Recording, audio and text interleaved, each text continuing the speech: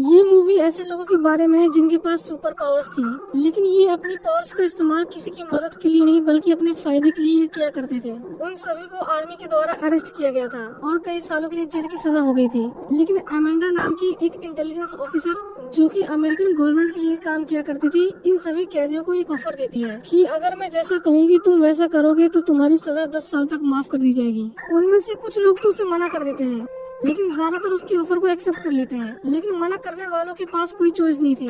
Amanda उन्हें mental torture करके अपनी टीम में शामिल कर ही लेती है। वो 10 लोगों की टीम बनाती है और उस टीम का नाम रखती है टास्क फोर्स एक्स। इस टीम में शामिल थे रिक फ्लैग जो कि एक मिलिट्री ऑफिसर था, हार्ली क्विन जो कि एक मनोवैज्ञानिक थी, कैप्टन बूमरैंग जो अपने बूमरैंग को एकमात्र हथियार की तरह इस्तेमाल करता था, सेवेंट जिसके निशाने से कोई भी नहीं बच सकता था, व्हीसिल नाम का एक अजीब सा जानवर, टीडी के नाम का एक बच्चा जिसके पास सुपर पावर्स थी कि वो अपनी बॉडी पार्ट्स को अलग कर सकता था, ब्लैक गार्ड और जेवलिन थ्रो जो अपने एनिमीज को एक भाले से मारता था। क्योंकि इतने खतरनाक क्रिमिनल्स को खुला छोड़ना काफी रिस्की था, इसलिए अमेंडा ने उनके सिर के अंदर एक बॉम्ब फिट कर दिया था ताकि अगर कोई भी वहाँ से भागने की कोशिश करे या अपने मिशन को छोड़े तो अमेंडा उसे मार सके। अमेंडा उन्हें उनके मिशन के बारे में बताती है। वो उन्हें कहते हैं कि कार्टो मोंटेस नाम के एक आइलैंड पर हरेरा फैमिली पिछले कई 100 साल से राज करती है। लेकिन पिछले हफ्ते ही सिल्विया लूना नाम के एक आदमी ने वहाँ की मिलिट्री और अपनी चालबाजी से आइलैंड पर कब्जा कर लिया और पूरी हरेरा फैमिली को बीच सड़क पर फांसी लटका दिया। पुराने शासन से हमें कोई प्रॉब्लम नहीं थी, लेकिन सिल्विया लूना अमेरिका से नफरत करता है और वो हमें दबाने के लिए किसी भी हद तक जा सकता है। तुम्हें उस आइलैंड के एक सीक्रेट लैब को डिस्ट्रॉय करना है जहाँ पर वो लोग एक एलियन पर एक्सपेरिमेंट करके एडवांस वेपन बना रहे हैं। टास्क फोर्स एक्स अपने मिशन के लिए निकल जाते हैं। आइलैंड के पास पहुंचकर वो सभी समुद्र के अंदर छलांग लगा देते हैं, लेकिन किसी को भी नहीं पता था कि व्हीसिल तैर नहीं सकता, वो डूबने लगता है। जब उसे सरफेस पे लाया जाता है तो उसकी मिशन से पहले ही मौत हो चुकी थी। वो सभी अपने वेपन्स को लोड करते हैं, पर यहाँ पर हम देखते हैं कि ब्लैक गार्ड दुश्मन का खबरी था। इसका मतलब उसने उन सभी को धोखा दिया है और बहुत सारे सोल्जर्स उनका पहले से ही वहाँ पर इंतजार कर रहे थे। वो उन्हें कहता है कि मैं तुम्हारे साथ हूँ, मैंने ही तुम्हें इस मिशन की डिटेल्स दी थी, लेकिन सोल्जर सबसे पहले उसी को ही मार देते हैं। अमेंडा उन्हें कहती है कि हम अपने मिशन को रोक नहीं सकते, तुम्हें आगे बढ़ना होगा। टीडी की अपने पावर्स का इस्तेमाल करता है जो कि उनके किसी भी काम नहीं आती और एक एक करके सभी मेंबर्स मारे जाते हैं। सेवेंट इस तरह सभी को मरते देख डर जाता है और वहाँ से भागने लगता है। अमेंडा उसे वार्न करती है कि तुम अगर मिशन छोड़ के गए तो मैं तुम्हें मार दूंगी, लेकिन वो इस बात को नहीं सुनता। इसलिए अमेंडा उसके सिर में लगे बॉम्ब को एक्टिवेट कर देती है, जिसके ब्लास्ट से वो एक दर्दनाक मौत मारा जाता है। जेवलिन मरते वक्त अपने भाले को हार्ली क्विन को दे देता है और अब उनकी टीम के अंदर सिर्फ हार्ली क्विन और रिक फ्लैग ही बचे थे। लेकिन यहाँ पर अमेंडा का मिशन फेल नहीं हुआ था, बल्कि उसने बैकअप के लिए एक और टीम बना रखी थी जो उस आइलैंड के दूसरे किनारे से एंटर करते हैं। इस टीम में टोटल 5 लोग थे, blood spot, peace maker, polka dot man, red catcher 2 और एक इंसान जिसकी आधी बॉडी शार्क की थी। ब्लड स्पॉट काफी अच्छा इंसान था, वो तो इस मिशन का हिस्सा भी नहीं बनना चाहता था, लेकिन अमेंडा ने उसकी बेटी को जेल में डालने की धमकी दी थी, इसलिए उसे यहाँ पर आना पड़ा। वो सभी थोड़ी देर के लिए आराम करते हैं, लेकिन शार्क को भूख लगती है, इसलिए वो उस लड़की को खाने की कोशिश करता है। टीम के लोग उसे रोकते हैं और उसे मारने वाले थे, लेकिन किंग शार्क वादा करता है कि वो अपनी टीम को नहीं खाएगा। अमेंडा उन्हें बताती है कि रिच फ्लैग को दुश्मन ने पकड़ लिया है, उसका जिंदा रहना मिशन के लिए बहुत जरूरी है, तुम्हें उसे बचाना होगा। वो दुश्मन के कैंप में जाते हैं और शार्क सभी को खाने लगता है। पीस मेकर और ब्लड शॉट तो एक दूसरे से लोगों को मारने का कंपटीशन ही कर रहे थे, लेकिन थोड़ी देर बाद उन्हें पता चलता है कि जिन लोगों की उन्होंने जान ली वो उनके दुश्मन नहीं थे, बल्कि वो तो रिक की मदद कर रहे थे। एक लड़की अपने दोस्तों की मौत से काफी गुस्सा थी, लेकिन रिक उसे शांत करता है। दूसरी तरफ लैब के अंदर थिंकर नाम का एक साइंटिस्ट सिल्विया लूना को स्टारफिश एलियन के बारे में बताता है, जिसके शरीर से निकलने वाले छोटे छोटे स्टारफिश ह्यूमंस के ब्रेन को कंट्रोल कर सकते हैं। हार्ली क्विन को उन लोगों ने बंदी बना लिया था, उसे नए कपड़े दिए जाते हैं और उसे सजाकर सिल्विया लूना के सामने पेश किया जाता है। ऐसा इसलिए किया जा रहा था क्योंकि हार्ली भी अमेरिका से नफरत किया करती थी। सिल्विया हार्ली से कहता है कि वो उससे शादी करना चाहता है और अब जो वेपन्स हमारे पास है उससे हम पूरे अमेरिका पर राज करेंगे। हार्ली को उसकी बातों से कुछ भी फर्क नहीं पड़ रहा था, लेकिन जब वो उसे कहता है कि इस जंग के अंदर औरतें, बच्चे, बूढ़े सभी मारे जाएंगे, तो हार्ली उसे शूट कर देती है क्योंकि वो इनोसेंट लोगों की जान नहीं लेती थी। गन की आवाज सुनकर मिलिट्री वहाँ पर आ जाती है जो हार्ली क्विन को अरेस्ट कर लेती है। दूसरी तरफ टास्क फोर्स आगे बढ़ रही थी। पीस मेकर डॉट मैन से थोड़ी दूरी मेंटेन करने के लिए कहता है क्योंकि बार बार उसकी बॉडी पर कलरफुल डॉट्स आ जाते थे जो कि बहुत ही खतरनाक है। डॉट मैन उन्हें बताता है कि उसकी मदर ने उन सभी को सुपर हीरो बनाने के लिए उनके ऊपर एक्सपेरिमेंट किए, लेकिन उसके अंदर तो ये वायरस सुपर पावर बन गया, लेकिन इसकी वजह से उसके भाइयों की मौत हो गई। वो सभी शहर के अंदर दाखिल होते हैं और अपने भेष को बदल लेते हैं और अब उन्हें उस साइंटिस्ट को पकड़ना था जो कि स्टारफिश पर एक्सपेरिमेंट कर रहा था। वो सभी बार के अंदर उसे ढूंढ लेते हैं, लेकिन आर्मी को उनके बारे में पता चल चुका था, जो उनकी तलाश करते करते उस बार तक पहुंच चुके थे।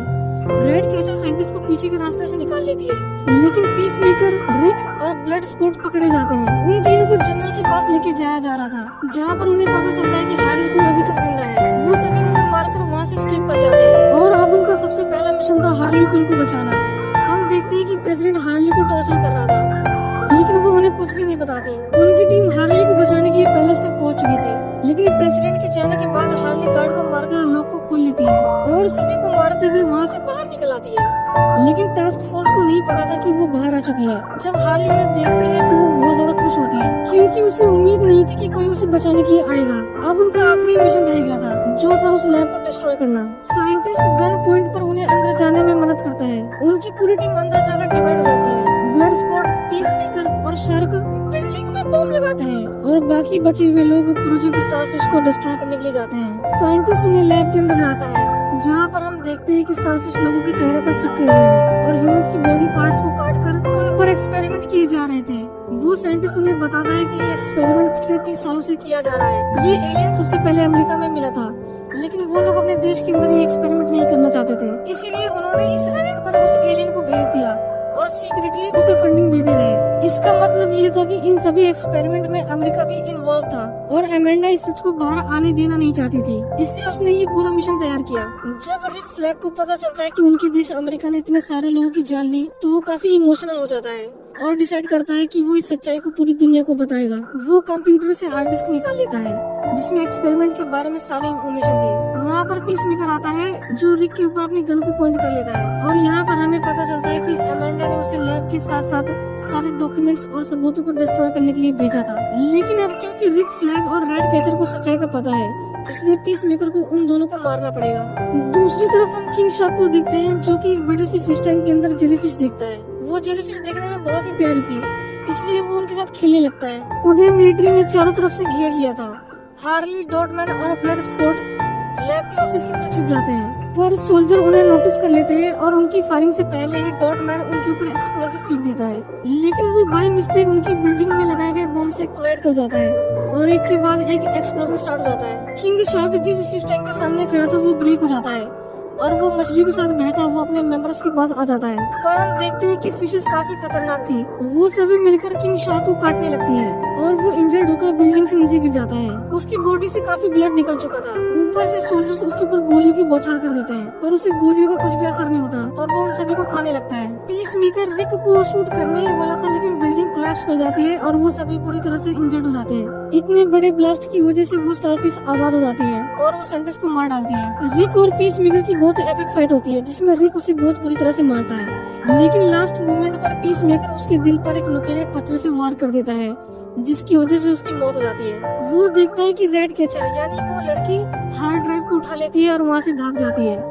बाहर आकर वो देखती है कि पूरी बिल्डिंग कोलैप्स कर रही है और दूसरी तरफ हार्ली, डॉटमैन और ब्लड स्पॉट ऊपर अपनी जान बचाने के लिए पूरी कोशिश कर रहे थे। पीस मेकर उस लड़की को मारने ही वाला था, लेकिन तभी ब्लड स्पॉट ऊपर से नीचे गिरते गिरते उस फ्लोर पर पहुंचता है जहाँ पर पीस मेकर था। वो देखता है कि पीस मेकर रेड कैचर को मारने ही वाला था, इसलिए वो उसके ऊपर फायरिंग करता है। पीस मेकर भी उसके ऊपर फायरिंग करता है, लेकिन ब्लड स्पॉट की बुलेट साइज में छोटी होती है, जो उसके बुलेट से पास होते हुए पीस मेकर के गले में लगती है और वो मारा जाता है। रेड कैचर उसे बताती है कि पीस मेकर ने रिक को मार दिया है और ये एलियन एक्सपेरिमेंट अमेरिका ही करवा रहा है। लेकिन तभी वो एलियन स्टारफिश बिल्डिंग से बाहर निकलती है और हम देखते हैं कि उसका शरीर कितना भारी, भरकम और विशालकाय था। उसके सेंटर में एक बड़ी सी आंख भी थी।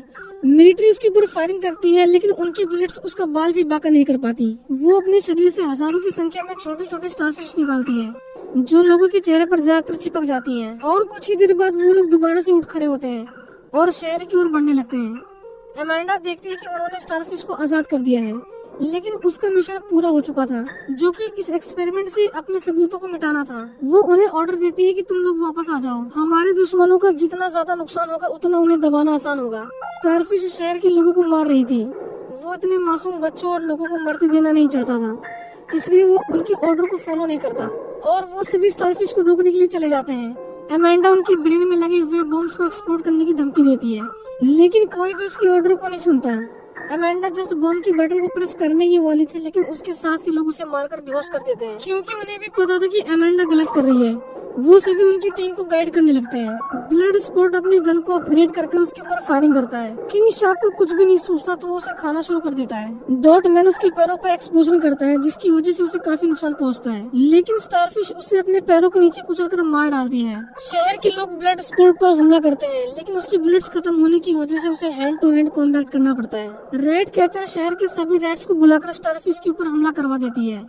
लाखों की संख्या में रैट्स उसे खाने लगते हैं। हार्ली भी अपने जेवलिन यानी अपने भाले को लेकर उसकी आंख के अंदर चली जाती है। हम देखते हैं कि रैट्स उसकी आंखों के अंदर घुसकर उसके अंदर की नसों को काटने लगते हैं और जेलीफिश की आंख पूरा खून से भर जाती है। और फाइनली इतनी इंजरीज की वजह से वो एक बिल्डिंग के ऊपर गिर जाता है और मारा जाता है। वो सभी रिक और डॉटमैन को याद करके काफी इमोशनल हो जाते हैं। अमेंडा उन्हें कॉल करती है और उन्हें मारने की धमकी देती है। ब्लड स्पॉट उसे कहता है कि अगर तुमने ऐसा करने की कोशिश की तो मैं एक्सपेरिमेंट की डिटेल्स पब्लिक कर दूंगा और सभी को अमेरिका का असली चेहरा दिख जाएगा। वो उससे डील करता है कि हम इस बात को सीक्रेट रखेंगे और बदले में तुम किसी को भी नहीं मारोगे।